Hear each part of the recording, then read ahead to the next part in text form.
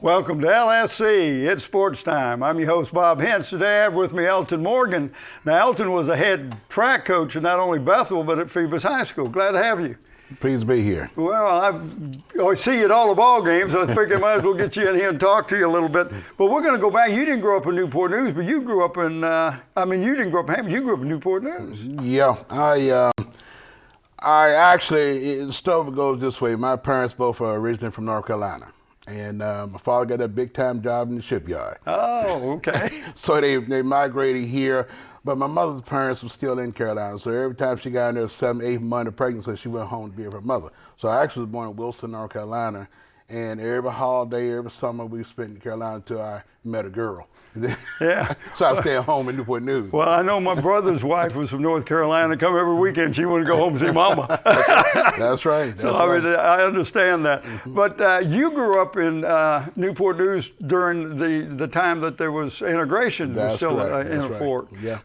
But you played ball as a youngster. Just because everybody else played it, because you had the desire to play it, or? Well, Bob, I was brought up in Old Newsom Park, and back then we had didn't have an athletic director, but you would think we did. We organized ourselves, baseball, football, and finally we got a basketball goal after we broke a few bicycle rims and put on the pole, and we went to the backboard. But we had neighborhood rivalries. Oh, yeah. We played football against 48th Street, 41st Street, baseball, the same thing. Then we started doing track in the street. How about that? And we just organized among ourselves as young children. But it was an everyday ongoing thing. We graduated up to playing horseshoes, and someone found a golf club, and I think it was a left-hand golf club, and we played golf. Everybody used the same club.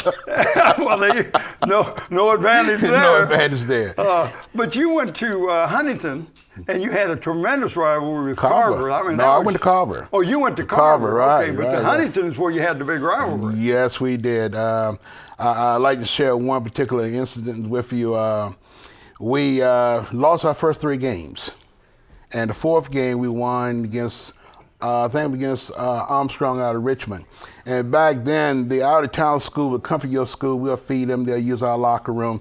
And I'll never forget, I was sitting in the gym after being taped and half-dressed with my pants on, waiting on time for us to go. Right. They came out in the locker room and say, "Hey, what you JV guys playing tonight?" In our gym. And so we went out that night and we beat them to death. Matter of fact, one guy broke Leroy Key's record, clipped them more. And I never forget, Huntington was our next team to play. They sent a postcard to us. And the coach read to us at halftime. I think the score was like 21-7 at the half, their favor. And the coach read, "I have this telegram from Huntington High School football team and staff. Dear Trojan football team and staff, congratulations on your early Christmas present," referring to the victory we had, "but we're going to see to y'all have a bad new year." Huntington High School. So Coach Coleman, very strong coach, his comment was, "If we lose this so-and-so game, I'm going to eat every word on this paper." Well, Bob, we went out there, we lost 62-20. 62-20. And when you got on the bus, you couldn't hear nothing on the bus going back to the school. Got to the school, they always gave us a sandwich and milk, and we had to turn uniforms into the training room. And usually coaches in their office, but this particular night, he stayed in the training room. He was eating that paper. Now, back then, we all took showers after practice, after the game. No one showered that night. No one slammed a locker that night. Everybody casually put the equipment and stuff, and they turned the uniform in and was trying to get out of the gym. So that's the kind of coach he was and the kind of rivalry it was. I look at athletes today, they don't get emotional. I've seen many times I cried after losing a game because we worked so hard during the week, right, and it meant so much to us. But it's a different story with athletes today. They don't see it that way. They don't see it the same way. Now, you played, what position you played? I played line. Played mostly guard, every now and then a little tackle, but mostly guard. Right. Mm-hmm. And when you were playing, I assume you knew, especially when you played your opposing Newport News, you knew those other guys across the line. Back then, Bob, we started practice 2 days August 10th. July 1, Huntington had a stadium, and Carver was 3-4 miles away from where we lived. We had to be bused up there. But 3 black schools was Phoenix, Huntington, and Carver.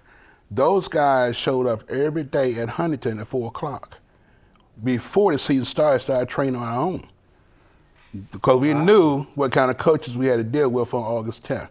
So, yeah, we knew each other. We knew each other very well. But when the game time came, you'll think we didn't know each other. Because it was all about business. Yeah, it was all about business. It was all about business. All right, so you graduate, and then you end up going to Norfolk State. Right. My football career, my sports career, actually ended my junior year, about midway through the season, just for homecoming. I think I was trying to cut grass, get a couple extra dollars, buy a corsage or something.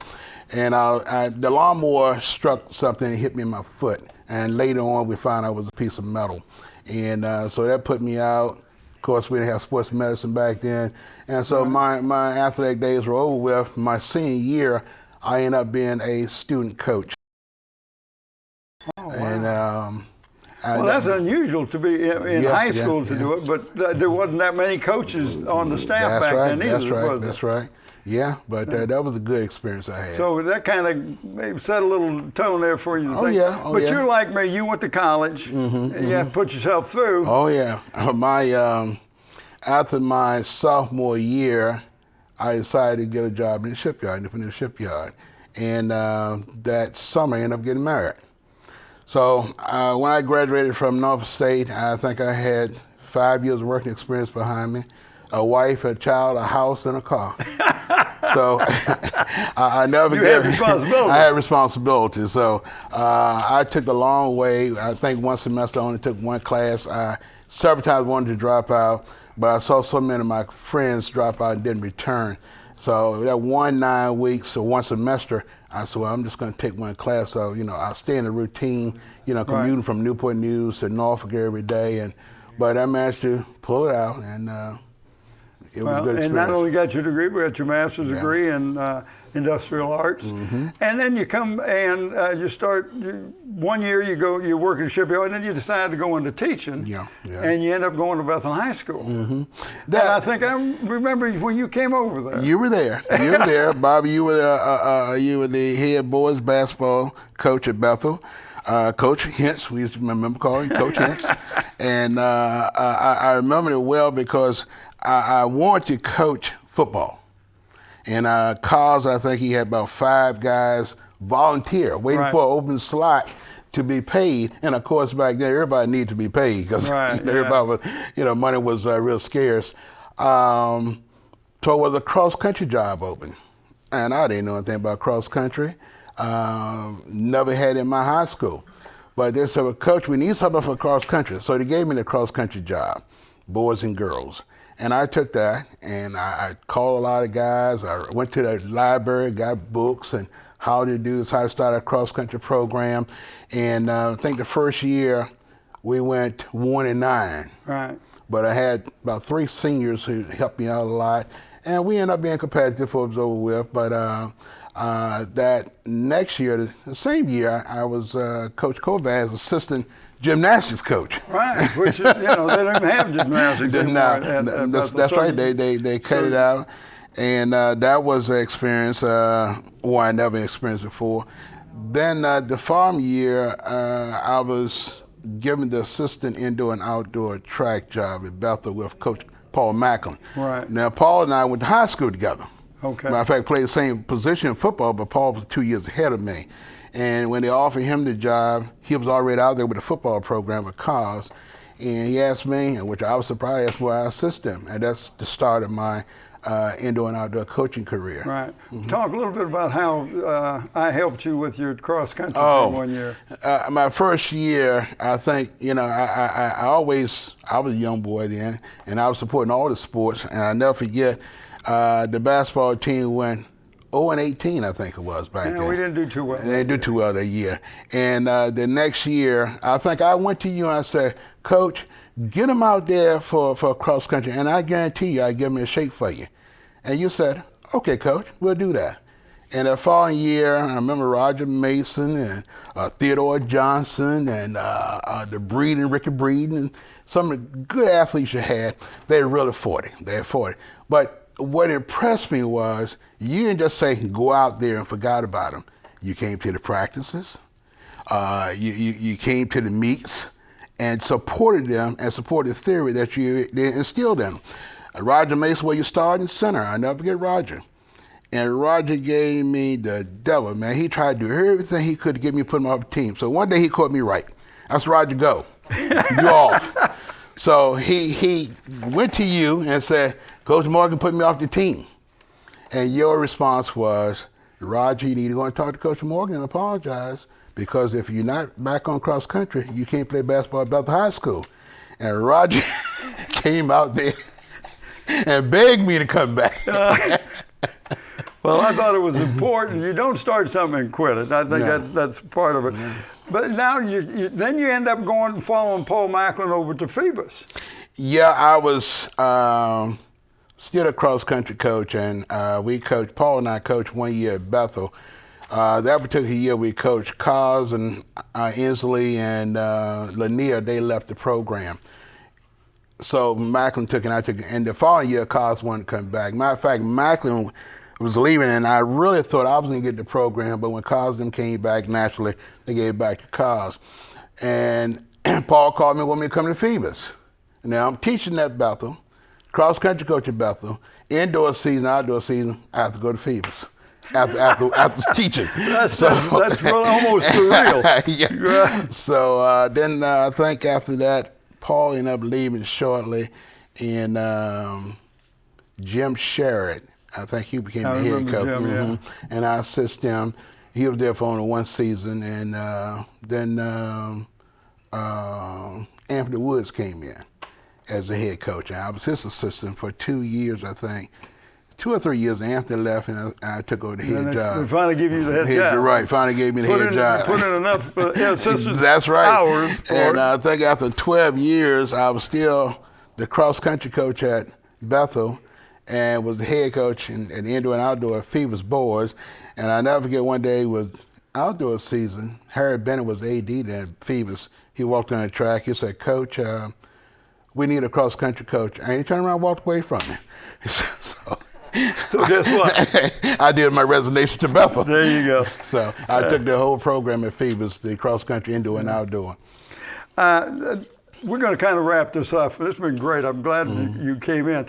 But talk about what it was you were trying to instill in your athletes when you're coaching, because track is more of an individual, but it's also a team concept. So what were some of the things that you were trying to instill into your athletes?